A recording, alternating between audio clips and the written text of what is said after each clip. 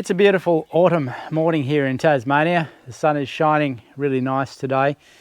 Our autumn has been comparatively dry compared to the summer that we had, which was unusually wet. But this morning I'm here to pick the last of these scarlet runner beans. I've been picking them progressively across the autumn as they dry, and this is the last lot now. I've been picking them as they're drying because that way I guarantee that I get them and rats don't come up and eat them or they fall in some other way.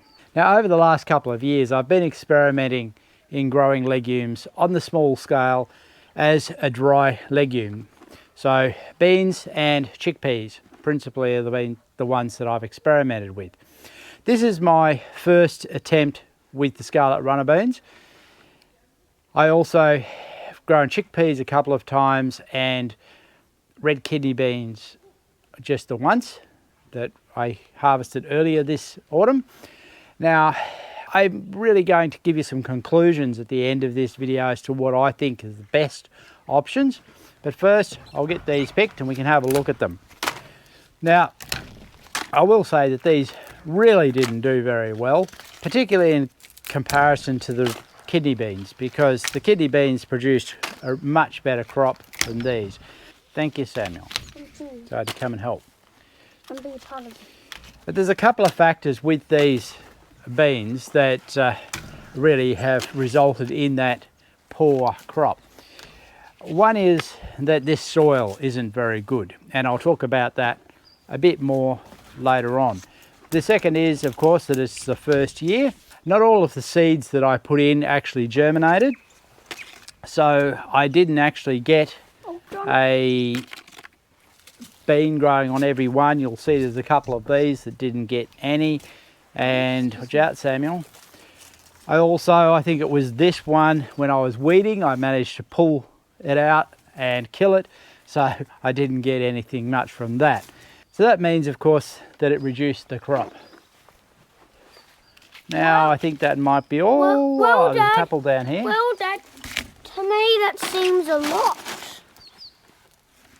Well, Samuel, it might look a lot of beans like that, but when we actually get these out of the pods, it won't be very many. There might be a couple of meals in there, but that's about all.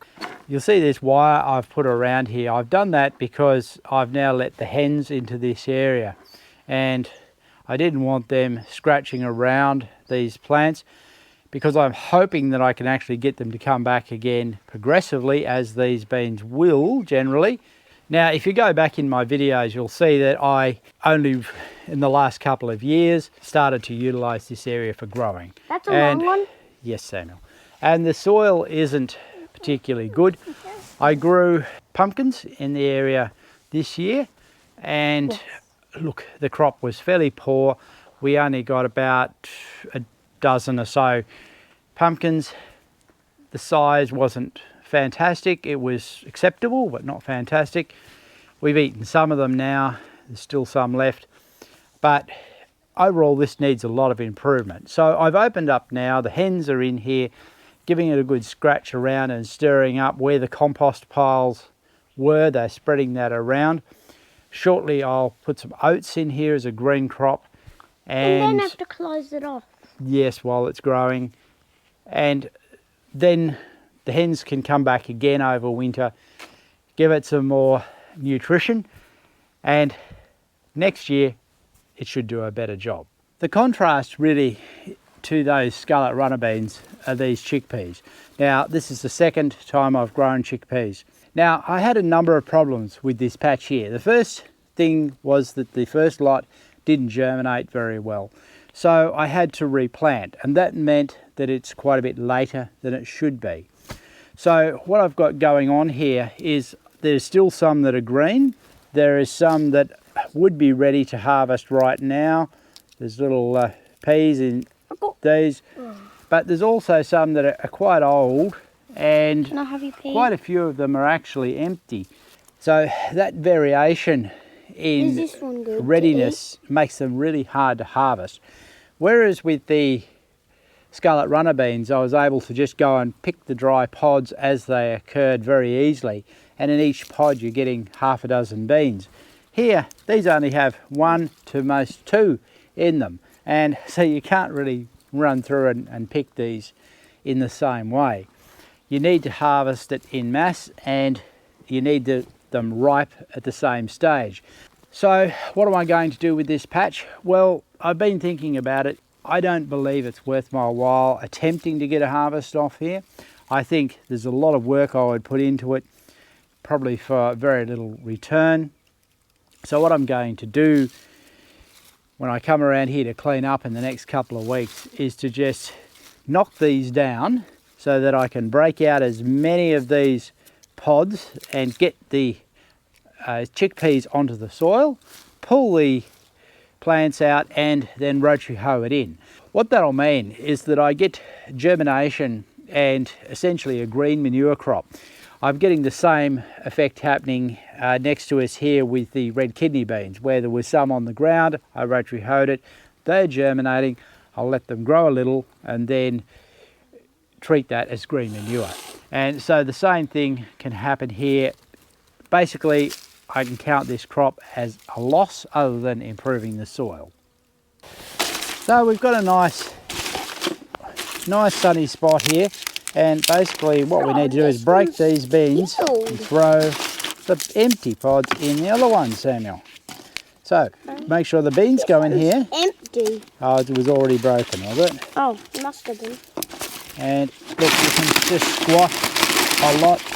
They're brittle enough they will just break open, but some need a little potting. Oh, and they actually look beautiful, these beans. They are very pretty bean. I love the pattern. They would be, I suppose, in the class of what you would call a pinto bean, but scarlet runner beans or 7-year beans is what you'll find the seed under.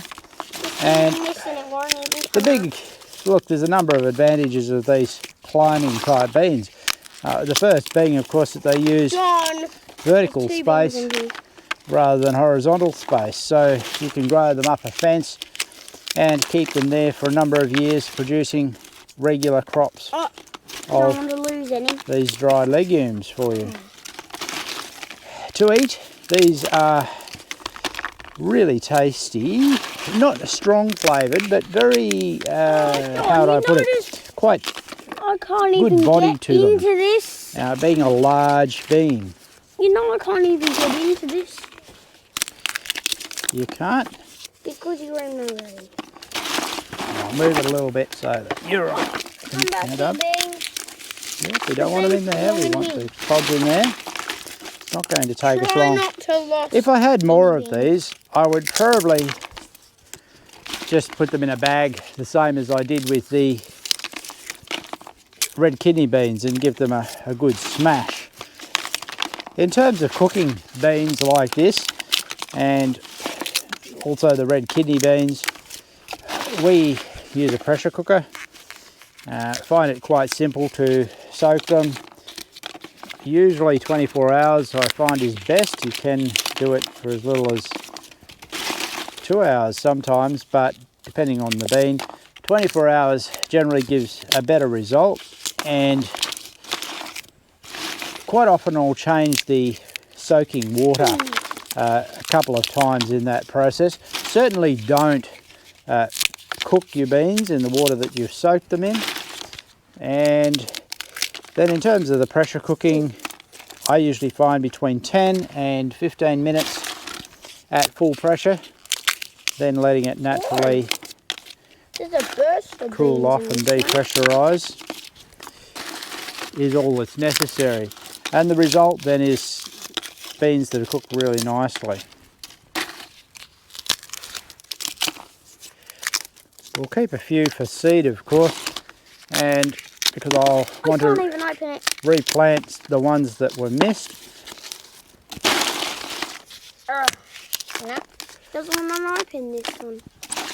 I had quite a bit of seed left over this year from what I planted that I didn't actually need. John, can you help me open this one? It's Samuel. Irritating. It doesn't even want to. So being, of course, good clean seed, not polluted with any chemicals. The leftover seed was simply able to be cooked and eaten, and that's a nice advantage of these type of thing, and of keeping your own seed. This is a pretty one, John, isn't it? I could keep that one for a look at. Pretty good, right? They are. But I better We'll put show them in them what here. they look like in a minute. What? They can have a look what it looks like in a minute. Yeah, I'd like to keep all the beans, but they're just, you kind of want to keep them all. They're all pretty. So my favourite would be this one. Okay, it's time to give them a bit of a...